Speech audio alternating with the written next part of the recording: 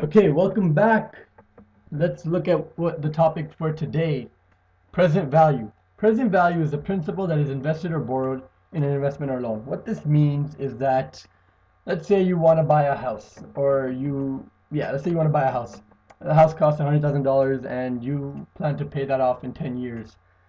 The present value would be the down payment that you have to put into the house originally in order for you to be able to pay off the interest and the amount in whatever set amount of time you want to pay it off in. So that's pretty much what the present value is. It's pretty much the amount you need to pay now in order to pay off the whole amount in whatever amount of time you want to pay it off in. So let's look at the formula for present value. There's a now present value is usually only done for compound interest. However, just for the sake of it, I'll show you present value for compound and simple interest. Let's first look at simple interest. So simple interest.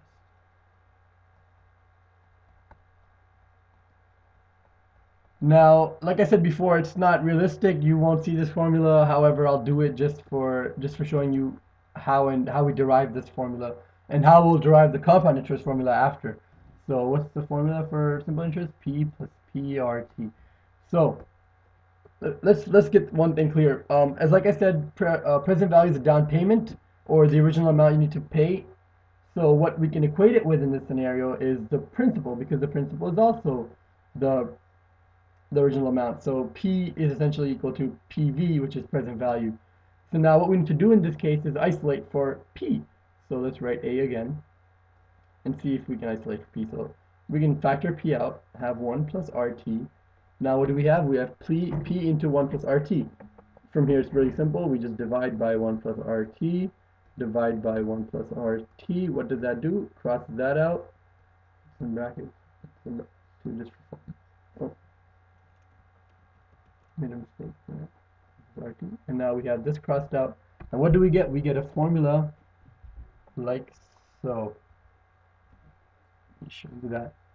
Now we get P is equal to A over 1 plus RT. Simple enough. Alright, so like I said, not realistic, not a formula you'll see. But just for the sake of argument, I did it. Now let's look at the real stuff, what we're going to see in real life, and how to calculate it. So let's look at compound interest. So we know that the formula for compound interest is A is equal to the principal multiplied by 1 plus your interest rate to the power of n, which is your compounding terms. All right.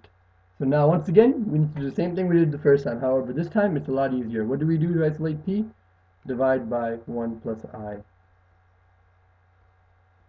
to the power of n on both sides. So, oh, my bad.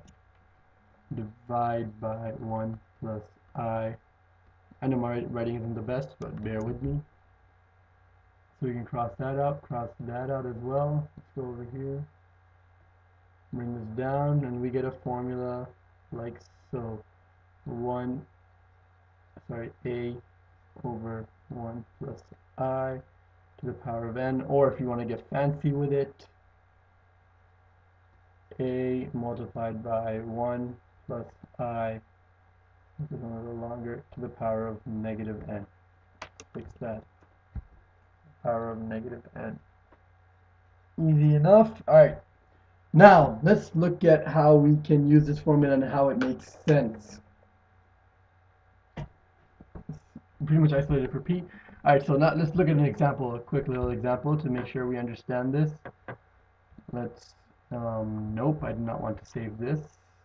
Alright, so our first example. Let's paste it over here so we can work on it like we want.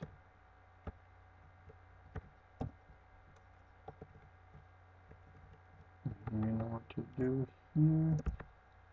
This is good. All right.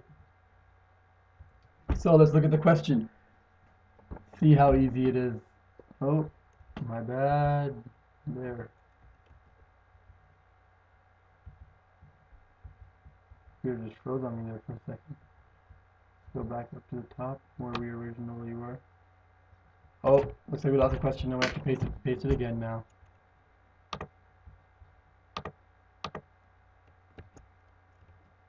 Control V. Okay, let's move this up here one more time.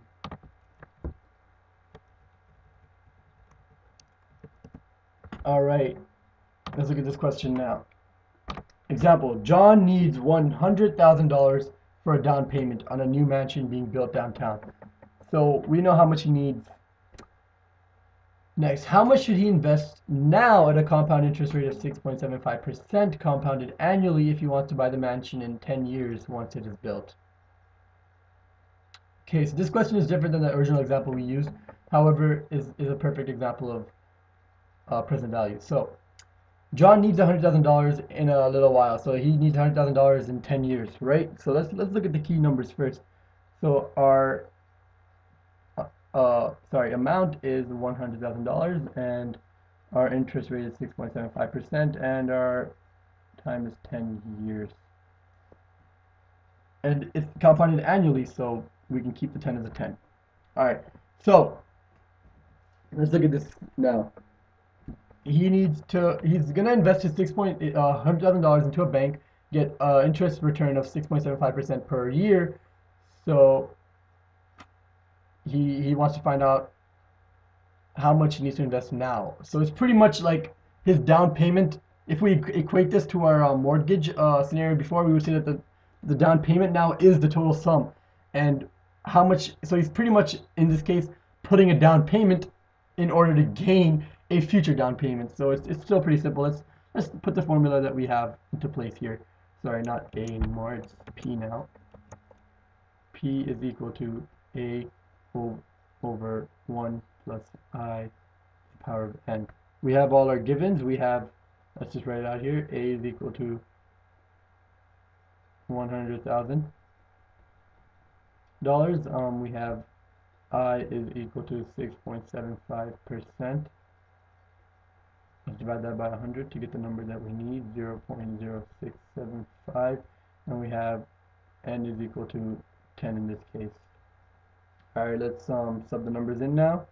100,000 divided by 1 plus 0.0675. Let's squeeze that in there. Time to the power of 10. Alright, so I'm going to use my own calculator, like I said before, like I did before, because the calculator on this computer does not work very well for these kinds of equations. So we have 100,000, of course, divided by 1 plus 0.0675 to the power of 10. Alright, easy enough. Let's press enter and we get the number 52038.06785. Let's round that off to 0.07 as it is a dollar amount, so we'll round it off to the nearest penny. And so we can end this off with a therefore statement now. So therefore, John will need to invest, or not, let's not say invest, let's say John will need 52,038.07 now in order to have $100,000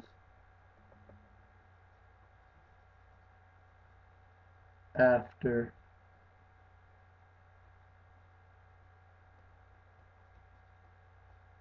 10 years. So that was simple enough. I mean, nothing really complicated about that. We have done our example. Now let's do a quick counter example to make sure that we understand what it is. Okay, so let's get our counter example out.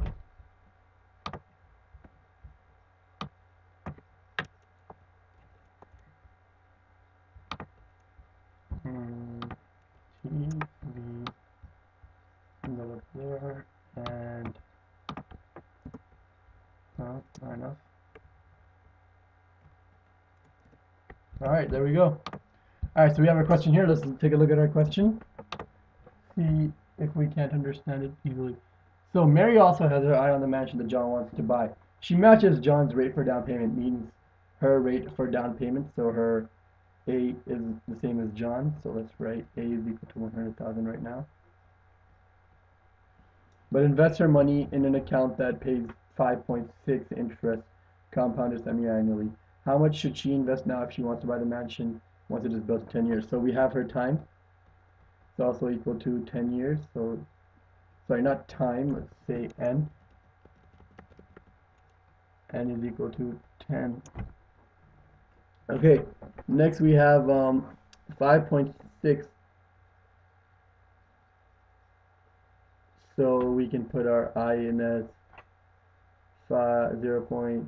Let's just do the calculations like always. 5.6% divided by 100 is equal to 0.056.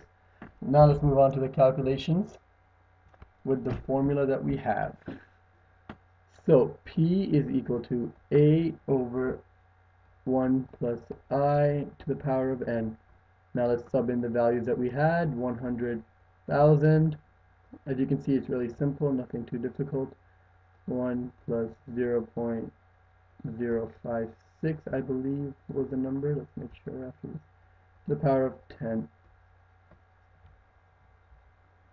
Make sure it was, yep, it was 0.056 and 10 and 100,000. All right, so now once again, I'm going to use my calculator that I have beside me now to calculate what her number will be. 100,123 divided by 1 plus 0.056 to the power of 10.056. All right, let's see what our, oh, got a syntax error here. Hold on 1 second. 100,123 divided by 1 plus 0.056 to the power of 10, and the answer is not too different from John's answer, 57991. Round to the nearest penny once more, and we get 1.